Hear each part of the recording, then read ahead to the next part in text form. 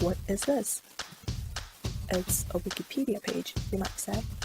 You're not wrong, but look, what are all these? This, and that. Now, if you're thinking about hypertext, you're correct. This is what I'm going to focus on in this video, hypertext. According to Wikipedia, hypertext is a text displayed on an electronic device with references to other text, which the reader can immediately access. It's one of the most fundamental ideas underlying World Wide Web. Now, if we back up 40 years, when the web wasn't even created, we might think hypertext was not a thing either. But hold on. The concept of hypertext, in fact, has been proposed long ago before our time. In 1941, the Garden of Forking Paths introduces parallel storylines that allow characters to choose not one, but all possible paths when facing a forked road. A man can die in one chapter, but live happily ever after in another chapter. This kind of notion of parallelism, the attempt to break out of the constraint of physical space, and traditional thinking of linear time, all contribute to the later rise of hypertext. Let's back up a minute to the Wikipedia page. If I ever get bored reading through the history of the web, all I have to do is move my mouse over and click. After 6 clicks, see where I've gotten to.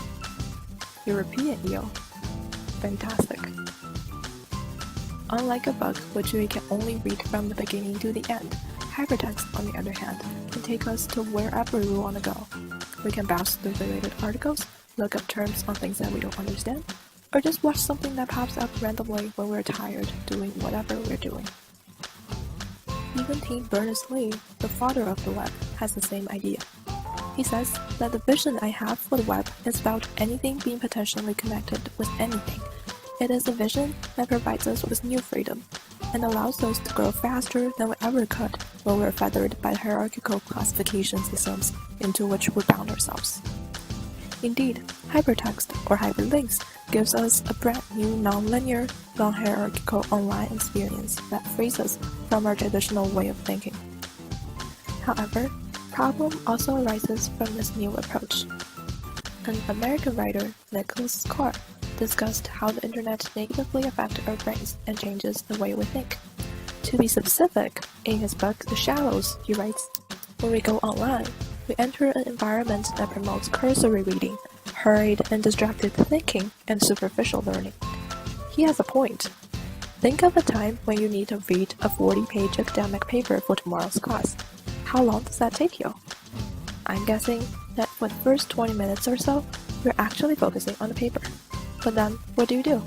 You start to check your texts, your emails, your messages, post something on Facebook, and from there, possibly attracted by a new movie trailer that your friend liked. And by clicking on infinite video links, the next time you remember to go back to the paper is 2 hours later. This is what Carr is saying about distracted thinking. Another point he's trying to make here is the superficial learning. He argues that because of hypertext, we're facing so much new information every minute of our lives that we can't possibly take in everything.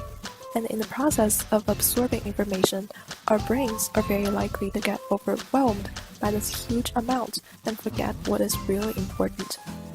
Now, it's a little bit technological determinist's way of tackling this issue. That is, Nick Carr seems to blame this all on technology.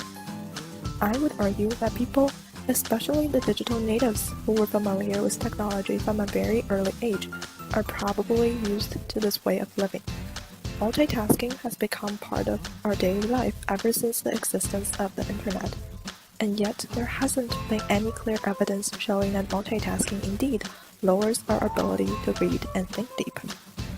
However, who's there to say that this 21st century mode of reading and getting information is not at all degrading our natural ability and is in every aspect beneficial for the development of the human race and our society?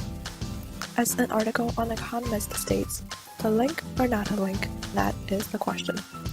But whether you are on the pro side or the con side of this whole hypertext debate, it is certainly true that hypertext opens up a door to a brand new universe where everything blows our minds.